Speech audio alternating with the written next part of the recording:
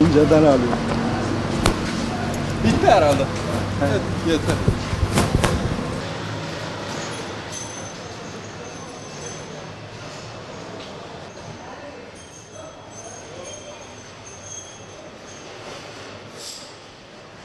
Fiyatlar gayet oturdu 2 gündür.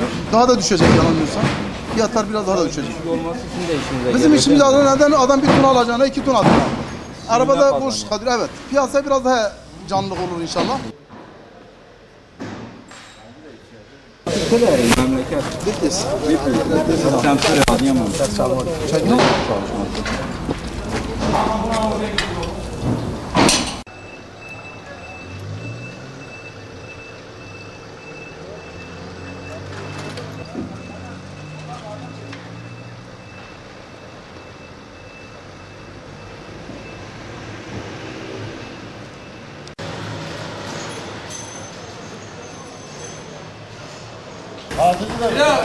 Fadil'i de göster.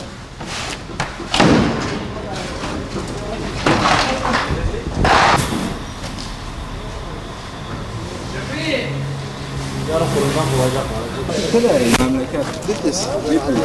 Semtleri Adıyaman. Çekin. Yetiştirirsek yarın çünkü burada başka programlar yapacağız. Yoksa da pazartesi sabah yapacağız. Şimdi geçen sene hasatta rekortelde düşük olduğu için fiyatlar arttı. Bu rekortlerin düşüş sebebi de maldaki hastalık oldu. %80'i, %75'i civarı hep hastalıklı çıktı. Hastalıklı çıkınca da vatandaşın sofrasına gitmedi. O yüzden fiyatlar artış oldu.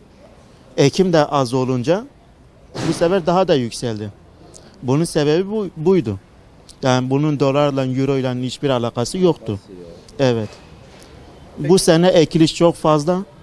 Türkiye'ye yetecek kadar var.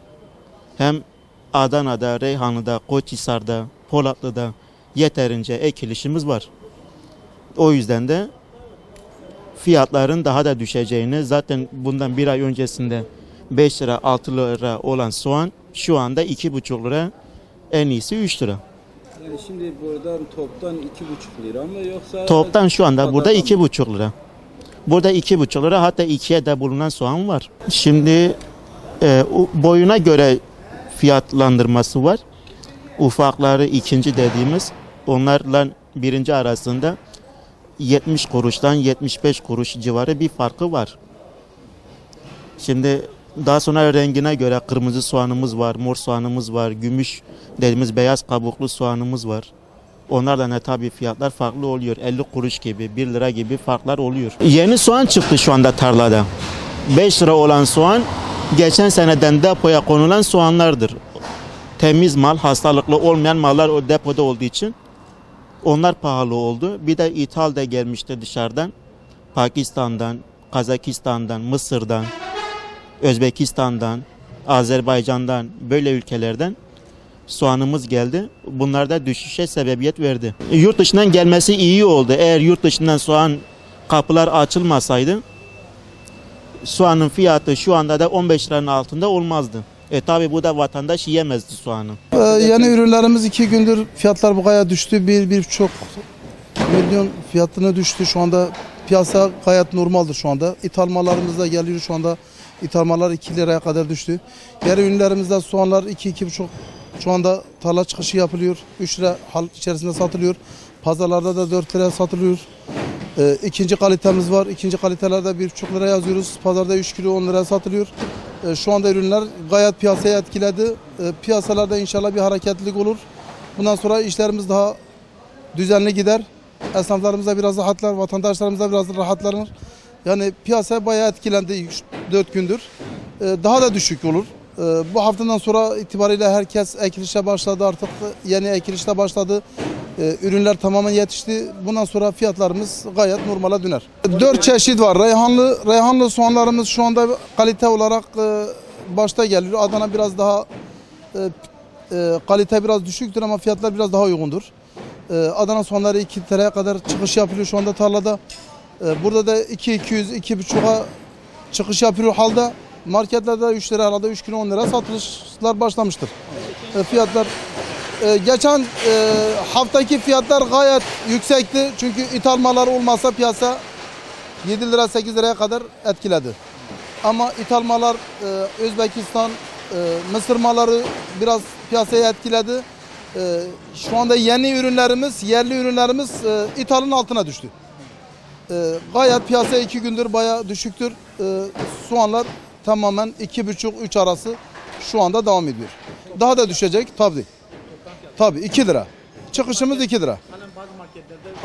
İthal malları satılıyor o.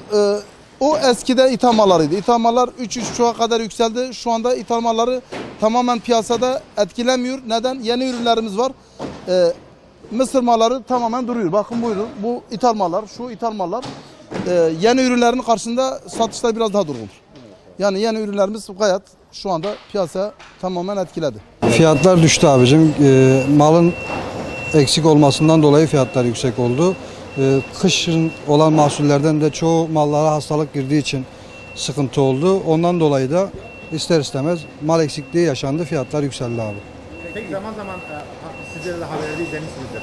İşte şey oluyor yani böyle sanki soğan saklanıyormuş gibi falan. Yok öyle bir şey yok abi. Şimdi soğan mecbur yılın 12 ayı tüketilen bir ürün olduğu için ister istemez depolanması lazım. Depolanmadığı sürece de hiçbir şekilde yani ne ülkeye ne de hiçbir şekilde milletimize ürün yetişmez. Mecbur depolanması lazım bu malların. Fiyatların dediğim gibi malın eksik olması hastalık girdiğinden dolayı bu şekilde oldu. Hem hava şartlarından hem de kullanılan ilaçlardan, gübrelerden dolayı.